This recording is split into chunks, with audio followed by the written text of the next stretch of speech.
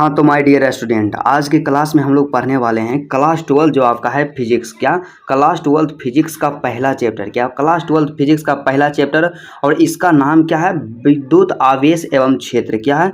विद्युत आवेश एवं क्षेत्र। और आज इस चैप्टर के हम लोग क्या करेंगे, जितने भी 2011 से लेकर के 2024 तक पूछा गया प्रश्न सभी का हम लोग विस्तार पूर्वक अध्ययन करेंगे, सब्जेक्टिव प्रश्न का अध्ययन करेंगे।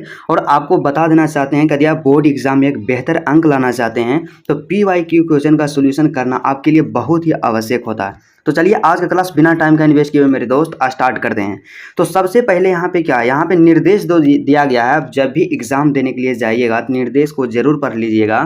तो निर्देश क्या कहता है कि 2011 से 2024 तक पूछे गए सभी अत्यंत महत्वपूर्ण प्रश्न, क्या 2011 से 2024 तक जो पूछा गया है सभी PYQ क्वेश्चन, और यदि आप इस तरह से चैप्टर वाइज क्वेश्चन को तैयार करते हैं तो एग्जाम में आपको एक बेहतर अंक जरूर आएगा। तो सबसे पहला प्रश्न यहाँ पे दिया गया है जो कि मोस्ट इम्पोर्टेंट है।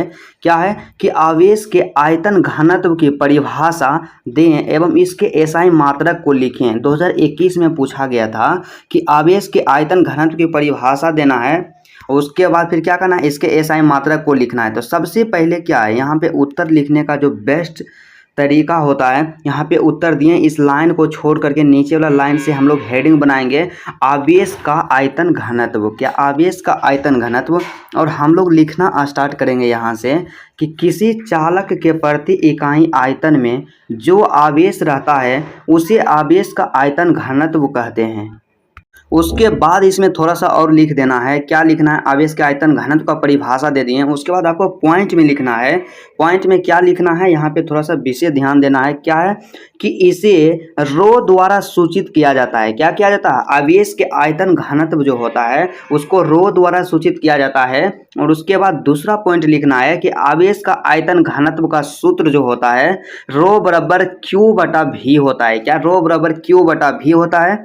और उसके बाद एक पॉइंट और लिखना है कि इसका SI मात्रक कूलॉम प्रति मीटर क्यूब होता है। क्या होता है, कूलॉम प्रति मीटर क्यूब होता है। और बस इतना यदि आप लिख देते हैं तो 2 में से 2 अंक जरूर दिया जाएगा। उसके बाद अगला प्रश्न के बारे में बात किया जाए तो हम लोग के पास नेक्स्ट प्रश्न यहाँ पे दिया गया है। दूसरा क्वेश्चन क्या है कि विद्युत क्षेत्र की तीव्रता से आप क्या समझते हैं। क्या कहते हैं, विद्युत क्षेत्र की तीव्रता जो है उसे किसे कहा जाता है, या विद्युत क्षेत्र की तीव्रता से आप क्या समझते हैं, 2020 में पूछा गया था। तो इसका सिंपल सा यहाँ पे आंसर होगा, हम लोग हेडिंग बना देंगे विद्युत क्षेत्र की तीव्रता। उसके बाद इसमें हम लोग लिखेंगे कि विद्युत क्षेत्र की किसी बिंदु पर स्थित एकांक धनावेश जितने बल का अनुभव करता है, क्या करता है, जितने बल का अनुभव करता है उसे उस बिंदु पर विद्युत क्षेत्र की तीव्रता कहते हैं। क्या कहते हैं, उसे उस बिंदु पर विद्युत क्षेत्र की तीव्रता कहते हैं।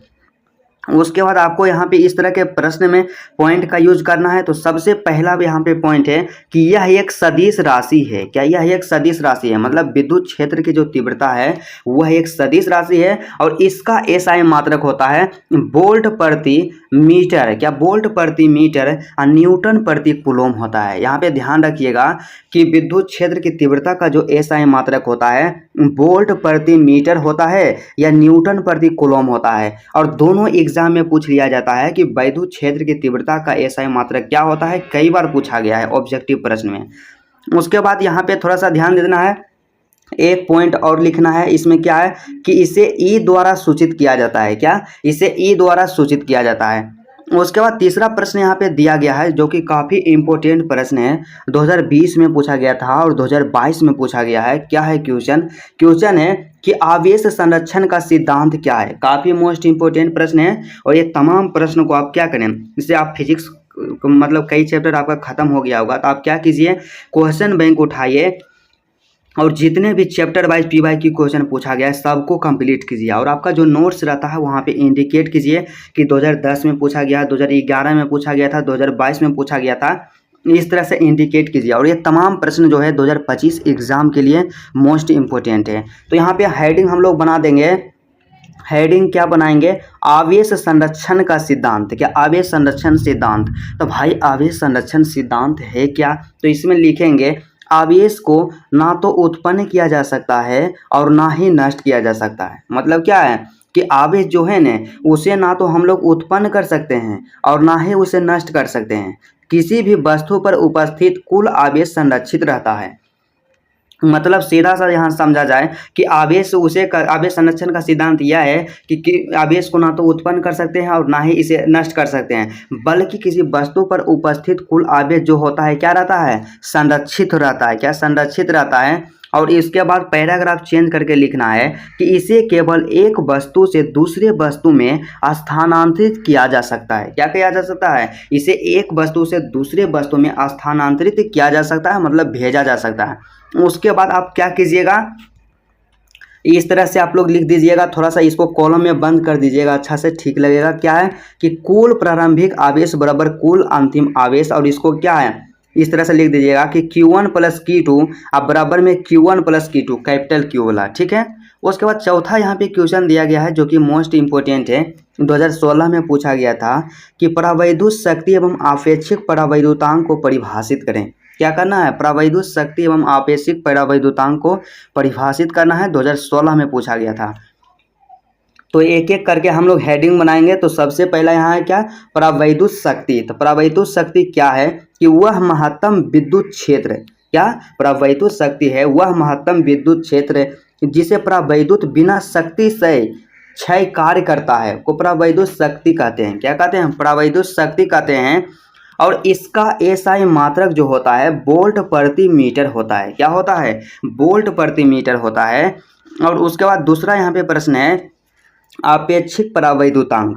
तो आपेक्षिक परावैद्युतांक में हम लोग लिखेंगे कि किसी पदार्थ की विद्युतशीलता को निर्वात की विद्युतशीलता से भाग करने पर जो संख्या प्राप्त होता है उसे आपेक्षिक विद्युतशीलता या परावैद्युतांक कहा जाता है। तो यहाँ पे सिंपल से यहाँ समझना है कि किसी पदार्थ की विद्युतशीलता और निर्वात की विद्युतशीलता के अनुपात को भी इस तरह से आप लोग इसे लिख सकते हैं कि किसी पदार्थ की विद्युतशीलता और निर्वात की विद्युतशीलता के अनुपात को आपेक्षिक विद्युतशीलता या परावैद्युतांक कहा जाता है। और हम लोग क्या करते हैं, अक्सर कंफ्यूज कर जाते हैं कि आपेक्षिक विद्युतशीलता और परावैद्युतांक। तो आपको बता देना चाहते हैं कि आपेक्षिक विद्युतशीलता जो है और परावैद्युतांक है दोनों एक ही है। उसके बाद फिर यहाँ पे अगला जो यहाँ पे प्रश्न दिया गया 5 नंबर का क्वेश्चन है कि विद्युत द्विध्रुव आघूर्ण को परिभाषित करें तथा इसका एसआई मात्रक को लिखें। क्या करना है कि वैद्युत द्विध्रुव आघूर्ण को परिभाषित करना है और इसके एसआई मात्रक को लिखना है, 2015 में पूछा गया था। तो सबसे पहले हम लोग यहाँ पे क्या करेंगे, हेडिंग का निर्माण करेंगे। तो हेडिंग यहाँ पे उत्तर सबसे पहले लिखें, उसके बाद हेडिंग यहाँ भूमिका बनाएंगे विद्युत द्विध्रुव आघूर्ण, जिसके बारे में पूछा था यहाँ से लिख दें वैद्युत द्विध्रुव आघूर्ण। उसके बाद इसमें लिखेंगे कि किसी एक आवेश तथा दोनों आवेश के बीच की दूरी के गुणनफल को वैद्युत द्विध्रुव आघूर्ण कहते हैं, इलेक्ट्रिक डाइपोल मोमेंट कहा जाता है, ठीक है। उसके बाद इसमें थोड़ा सा लिखना है नंबरिंग दे करके, पॉइंट में या नंबरिंग में, दोनों में से आप कुछ भी लिख सकते हैं। तो सबसे पहला यहाँ पे पॉइंट है कि इसे P द्वारा सूचित किया जाता है, मतलब वैद्युत द्विध्रुव आघूर्ण को हम लोग P द्वारा सूचित करते हैं। दूसरा पॉइंट, वैद्युत द्विध्रुव आघूर्ण का एसआई मात्रक जो होता है कूलॉम मीटर होता है। क्या होता है, कूलॉम मीटर होता है। उसके बाद तीसरा पॉइंट इसका क्या हो जाएगा कि वैद्युत द्विध्रुव आघूर्ण एक सदिश राशि है। यहाँ पे इसको याद जरूर कर लीजिएगा, क्योंकि इस तरह के प्रश्न जो होता है ना ऑब्जेक्टिव में पूछ लिया जाता है। ऑब्जेक्टिव में कैसे पूछेगा कि वैद्युत द्विध्रुव आघूर्ण है, ऑप्शन ए सदिश, ऑप्शन बी अदिश, ऑप्शन सी सदिश और अदिश दोनों, ऑप्शन डी इनमें से कोई नहीं। तो इस तरह से।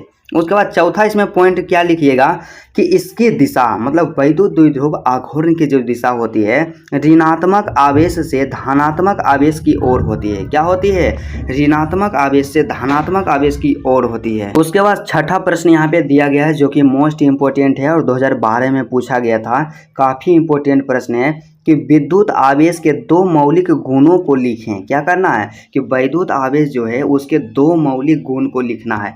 तो इसका उत्तर क्या होगा, इस तरह के जितने भी प्रश्न होता है उसका आंसर आप लोग इस तरह से लिखिएगा। सबसे पहला काम आपको क्या करना है, उत्तर लिखें। इस लाइन को छोड़ करके नीचे वाला लाइन से क्या देंगे, भूमिका बनाएंगे कि वैद्युत आवेश के दो मौलिक गुण निम्नलिखित है। क्या वैद्युत आवेश के दो मौलिक गुण निम्नलिखित है, और यहाँ पे पॉइंट या नंबरिंग के अनुसार आप लोग लिख सकते हैं। तो सबसे पहला गुण क्या है कि विद्युत आवेश पदार्थ का मूलवर्ती गुण होता है। क्या होता है? विद्युत आवेश जो होता है पदार्थ का मूलवर्ती गुण होता है। उसके बाद क्या करना है कि बिना द्रव्यमान का विद्युत आवेश मौजूद नहीं रहता है। मतलब दूसरा पॉइंट क्या है कि विद्युत आवेश का गुण क्या है कि जब तक द्रव्यमान नहीं रहेगा वहाँ विद्युत आवेश नहीं रहेगा। उसके बाद तीसरा क्या है कि विद्युत आवेश एक अदिश राशि है। मतलब सीधा सा समझिए कि विद्युत आवेश जो है एक अदिश राशि है। ठीक है। उसके बाद अगला यहाँ पे 7वां प्रश्न यहाँ पे दिया गया है। क्या है? 2024 में पूछा गया था कि किसी बिंदु पर विद्युत क्षेत्र की तीव्रता की परिभाषा दीजिए और इसका SI मात्रक को लिखिए। क्या कीजिए? इसका SI मात्रक को लिखिए। तो यहाँ से क्या हो जाएगा कि उत्तर दिए, उसके बाद हेडिंग का निर्माण किए कि विद्युत क्षेत्र की तीव्रता, और उसके बाद इसमें लिखेंगे कि विद्युत क्षेत्र के किसी बिंदु पर रखे एकांक धन परीक्षण आवेश पर लगने वाला वैद्युत बल उस बिंदु पर क्षेत्र की तीव्रता कहलाती है। क्या कहलाती है? क्षेत्र की तीव्रता कहलाती है। और बिल्कुल सटीक आंसर है। उसके बाद इसमें हम लोग लिखेंगे पॉइंट के द्वारा कि इसे ई द्वारा सूचित किया जाता है। इसको ई वेक्टर लिख दीजिएगा। इसे ई वेक्टर द्वारा सूचित किया जाता है। और ई बराबर क्या होता है? ई बराबर होता है एफ बटा क्यू होता है। क्या? ई वेक्टर बराबर होता है एफ बटा क्यू होता है। और जहाँ एफ क्या है? विद्युत बल है, और क्यू क्या है? आवेश है। क्या? क्यू जो है एक आवेश है। और भाई विद्युत क्षेत्र की जो तीव्रता है एक सदिश राशि है। क्या? विद्युत क्षेत्र की तीव्रता एक सदिश राशि है। और इसका SI मात्रक न्यूटन प्रति मीटर कूलम। क्या? न्यूटन प्रति कूलम है। क्या? न्यूटन प्रति कूलम है या वोल्ट प्रति मीटर है। यहाँ से ध्यान रखिएगा कि विद्युत क्षेत्र की तीव्रता का जो SI मात्रक है न्यूटन प्रति कूलम या वोल्ट प्रति मीटर है। दोनों को कंप्लीट रखिएगा। उसके बाद अगला यहाँ पे प्रश्न जो दिया गया है काफ़ी मोस्ट इम्पोर्टेंट और कई बार एग्जाम में भी पूछा जा चुका है। 2019 और 2021 में पूछा गया था और 2025 के लिए इम्पोर्टेंट है। क्या है कि विद्युत फ्लक्स को परिभाषित करें एवं इसके SI मात्रक को लिखें। क्या करना है कि विद्युत फ्लक्स को परिभाषित करना है और इसके SI मात्रक को लिखना है। तो यहाँ से हम लोग लिखेंगे, उत्तर दिए, उसके बाद हेडिंग यहाँ पे भूमिका बनाए कि विद्युत फ्लक्स, क्योंकि विद्युत फ्लक्स के बारे में ही लिखना है। तो यहाँ से क्या हो जाएगा कि विद्युत क्षेत्र में स्थित किसी क्षेत्रफल से अभिलंबित गुजरने वाली कुल बल रेखाओं की संख्या को विद्युत फ्लक्स कहा जाता है। क्या कहा जाता है? अभिलंबित गुजरने वाली कुल बल रेखाओं की संख्या को विद्युत फ्लक्स के नाम से हम लोग जानते हैं। और उसके बाद फिर क्या है कि विद्युत फ्लक्स को क्या है? विद्युत फ्लक्स को फाई ई से प्रदर्शित करते हैं। और उसके बाद फिर क्या है कि यदि विद्युत क्षेत्र की तीव्रता E तथा उसके अभिलंबित स्थित पृष्ठ का क्षेत्रफल ds है तो उस पृष्ठ तल से संबंधित विद्युत फ्लक्स बराबर क्या हो जाएगा?